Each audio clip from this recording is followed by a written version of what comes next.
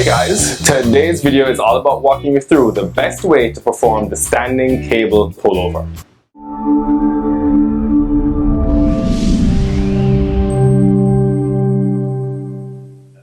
Now, most people these days seem to want to see the flashy, complicated exercises or somebody lifting some crazy, insanely heavy weight.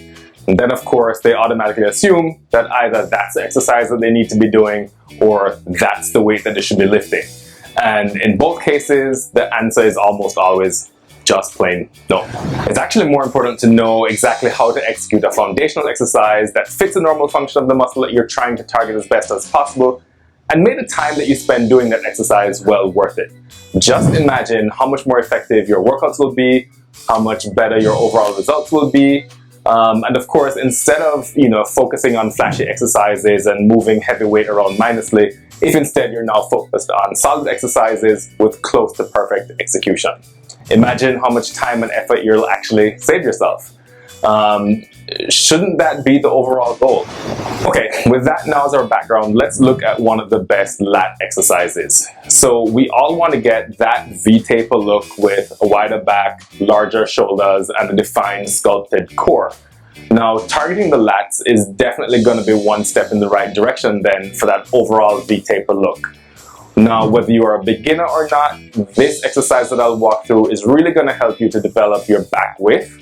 But before we get into the exercise and how to execute it, let's first look at the anatomy of the lat, since that is our primary target on a cable pullover. Now, the lat is a large fan-shaped muscle which runs essentially from your upper arm bone or your humerus, inserting high under your armpit, and runs all the way down to the middle of your lower back where it originates along your spine. Now, I'm not going to go into exhaustive detail about the functions of the lat. There are two main functions. The first one is extension of your arm or your shoulder, so pulling your upper arm behind you, as well as shoulder adduction, or bringing your shoulder inward toward the midpoint of your body. There's a more minor function of internal rotation of the upper arm, which that also performs, as well as other more minor functions, but we're not going to get into those at this point. From a physique perspective, the more developed your lat, the wider your back becomes, the thicker your mid and lower back will appear, and then of course the more pronounced the V-taper that you're able to develop. Now, in doing this exercise, your goal is to start by contracting your lat and to maintain tension in the lats all the way through each rep for the full set. Paying the most attention now to contracting your lats on the negative portion of the rep. This is the portion that almost everybody neglects for pretty much every exercise, but it is the most effective portion of every rep for building muscle. So overall, how do you complete and execute the exercise appropriately? Step number one, first you need to get set up at a pulley station and attach either a rope, or if you have one available, a tricep strap. Next, you want to set the pulley to just above head height. Stand with your feet about shoulder width apart, make sure you feel stable. With your arms outstretched, grab the strap and step backward until the weight leaves the stack. Make sure now that your feet are firmly planted on the ground, that you are stable at your hips, your core is fully braced, and then allow the weight to pull your arms and shoulder blades upwards to then allow your lats to stretch fully.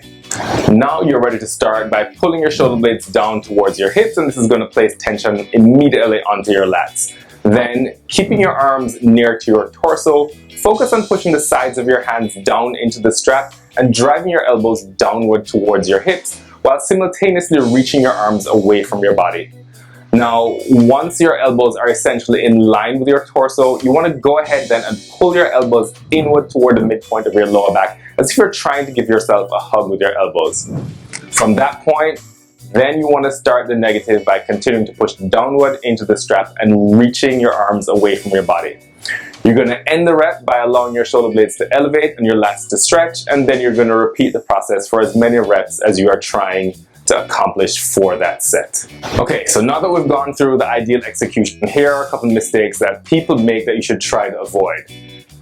Firstly, avoid pulling the bar or the rope or the strap downward using mostly your biceps and triceps. If you've done this before after a set and your arms feel more fatigued than your lats, then you know exactly what I'm talking about.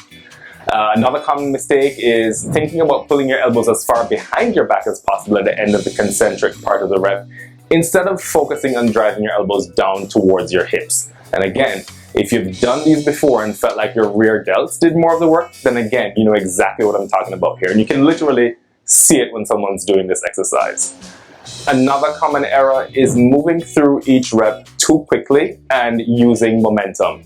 And that's even more likely when you're using a heavier weight than you can actually control by using the tension in your lats. And many people unconsciously just totally end the rep after the concentric portion because that's what we're all focused on, and release all the tension from their lats on the eccentric or the negative portion of the rep, which is something you really want to avoid. Your goal is to maintain tension in your lats at all times and to remain fully in control in order to get the most out of this exercise.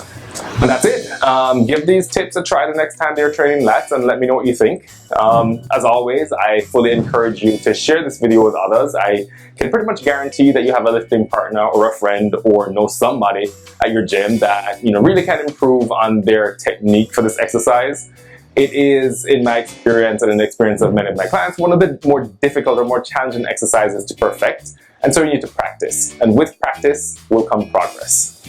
Now, be sure to give the video a thumbs up if you found it to be beneficial. And of course, if you or someone you know are interested in weekly videos on how to achieve your fitness and physique potential, you should definitely subscribe to the channel. There are many more execution tips coming up for back exercises shortly, guys. But until the next video, as always, aloha from beautiful Hawaii.